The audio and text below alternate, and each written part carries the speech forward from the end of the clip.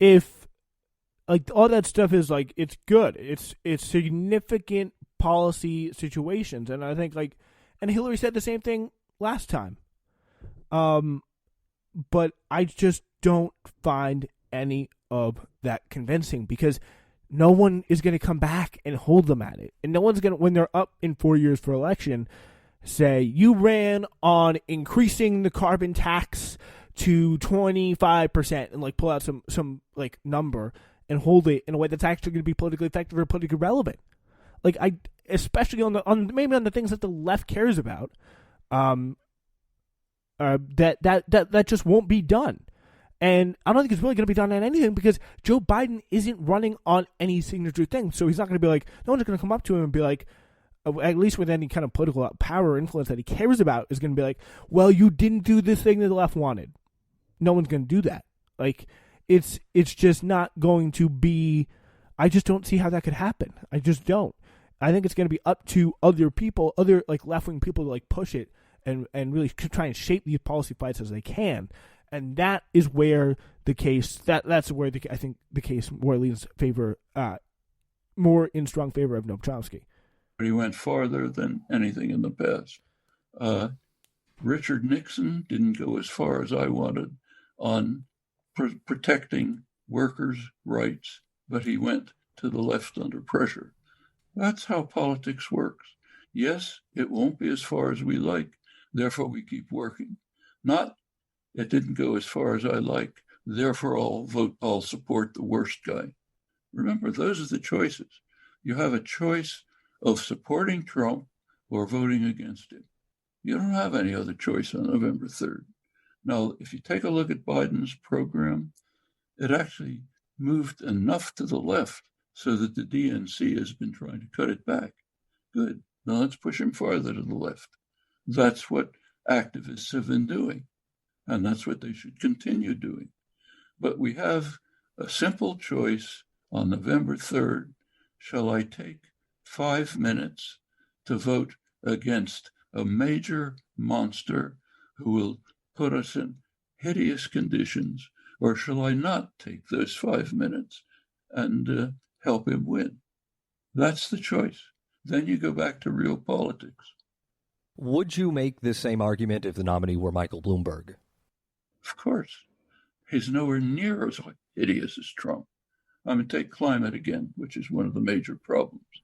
I think that's a great question. Bloomberg, but his position on climate is infinitely better than Trump's. But the thing with Noam Chomsky is the great thing is I can kind of interrupt because he's not actually talking to me. But it's just like climate is an incredibly important issue. I think Bloomberg would be worse than the already incredibly bad Biden is on this. So I mean, again, it's not even such a point in his favor. But look at all, like, what do you think about the tax policies? What do you think about the cuts to welfare? Like, all the ways that he would go out of his way through his obsession with war on drugs, like policies like stop and frisk and other things like that. Every way he could think of to make poor people's lives worse. Like, that is what would happen in, I think, a Bloomberg administration. It's just like, I don't, that is to me one where I would really seriously have to question who is the lesser of two evils. I think it's definitely Biden, definitely was Hillary. But if Bloomberg actually did end up getting a nomination, that's kind of where Bloomberg, Virgil, Texas there, you hear doing the kind of taking it to the most logical extreme argument. Always a good play to make in a debate. Respect it. But it's going to be interesting to kind of hear the back and forth on this. The parts of the left can't seem to understand. They're joining with the far right in denying the crisis of climate. There's plenty of other things, but let's just keep to that. Trump is alone in the world in pressing the accelerator towards disaster soon.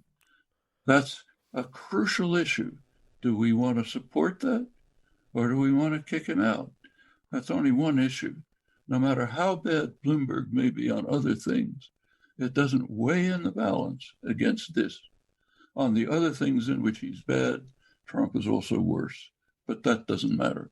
Can you understand how, if you are a member of the groups that are attacked by Donald Trump and Michael Bloomberg. If you are, let's say, a Black person who has been the victim of Bloomberg's stop and frisk policies and bear direct witness to his lack of respect for basic civil rights, Fourth Amendment rights, some of the most foundational rights we have as Americans, that being told that Donald Trump is incrementally worse than him speaks to a bigger systemic issue. Not incrementally, vastly worse. Well, if we're talking about something like stop and frisk, it's a real potato It's way situation worse. with the two of them, given exactly how It's Bloomberg is on issues of stop and frisk, if whatever broader like criminal justice rights, like Trump is a billion times better than Donald Trump. So I mean, if you can point to climate change, which I guess you could kind of make a fair, like people like I hate to kind of dismiss climate change. I think it's a big issue, but it's a very, very important point to acknowledge politically and like in reality that other things govern people's lives in the day to day that sometimes, yes, although it's a very important issue, do take precedent over climate change. Oppressive Bloomberg's reign in New York City was. So if you take an issue like that, I would argue that climate is a similar issue, especially given that the way climate change operates, even if you are significantly better than another person on climate, if you aren't structuring your climate program so that it prevents us from reaching the 1.5 and then the 2 degrees Celsius temperature raise at which there are cataclysmic waterfall effects throughout the climate, then your good effort doesn't help us very much. You're trying harder, That's that doesn't get us to the place we need to be, still results in catastrophic climate change, right? Climate failure, environmental failures, right?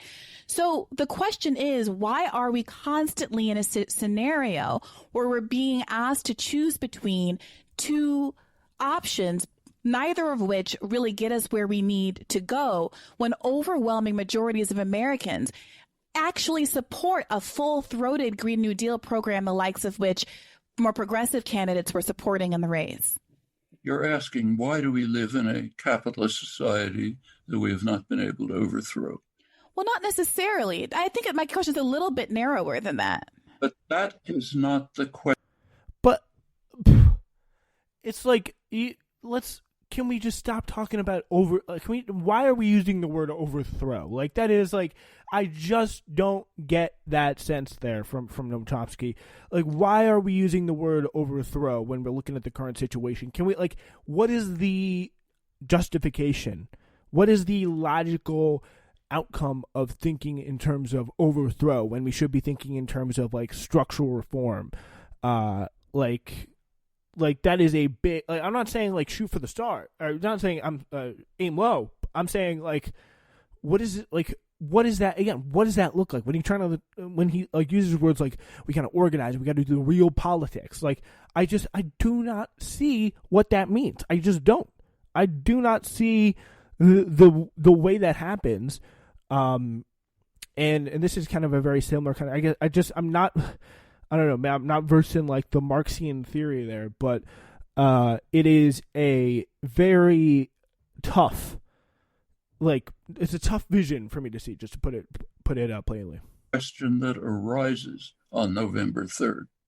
On the question of housing discrimination, they're both, Bloomberg and Trump are both bad. Trump happens to be worse. But it doesn't matter, because the issue on November 3rd, even if it was Bloomberg, is not housing. It's, shall organized human society survive? There's a big difference between 1 degree centigrade and 4 degrees centigrade, which Trump is driving for. Yes, he is. We have the documents for it. That means cataclysm, okay? Total cataclysm. All these other issues don't arise. And that's only one point. So the question is, on November 3rd, do I take 10 minutes to stop a monster who's trying to destroy us and then go back to work to try to change the society? Or do I help the monster? That's the choice. Well, my question was less about what to do on November 3rd. And I think I'd like to back away from the actual voting choice a minute, because I think it's obscuring a more substantive conversation that's really where the meat is here on the left. I think that most leftists, most progressives, most Bernie supporters are going to vote for Joe Biden. The question is how it is constantly the case that we live in a country, regardless of socialism as an ideology, we live in a country where millions of people who do not identify as socialists support Medicare for all. 88% of Democrats do. A slim majority of Republicans do, according to some recent polls. Overwhelming majorities of both parties support the Green New Deal and climate reform. Overwhelming majorities support legalizing marijuana. We are in the middle of the largest, by numbers, the largest period of civil unrest, the largest protest movement in American history, which is making a very clear call for police reform. And in the middle of all of that, in the middle of the overwhelming polls in favor of progressive programs, and in the middle of enormous realpolitik pressure from the base of the Democratic Party, Joe Biden and the Democrats have not just said, no, we're not going to move on police reform. They have, in many instances, pandered to right-wing philosophies and said, as Joe Biden did recently, but the police need more money. We need to fund them even more. And said, I don't support the Green New Deal. I support my New Deal. And to have continued to punch at the left, and I think on the whole start to undermine the gains that the left has made in the last 4 years or so. So what is our obligation to kind of stay silent as that constant assault on the leftist movement continues from the top of our party? What is our obligation to stay silent and perhaps make our own movement more vulnerable in order to get Joe Biden elected? We agree perfectly on the fact the left agrees, should agree. We continue with the activism. Of course, we try to change the society, the institutions, the government, all the oppressive institutions. We keep working on trying to change them and to change people's understanding and willingness to act to change them. That's fixed. There's another question. Do we take 10 minutes on November 3rd? That is a deflection. That is not answering the question. Again, bringing it right back to, I think, November 3rd and saying, I don't think really answering the question there in saying that, yeah, we all agree on the policies. No, she's just saying that Joe Biden does not agree and is actually moving to attack the left-wing movement. Like, I don't see how that question is being addressed there. And on that deflection, we're going to have to say so long and farewell. Auf Wiedersehen, adieu. We may continue this next time. I'm not so sure. I'll give it a ponderance and you'll find out next episode what we'll be doing then.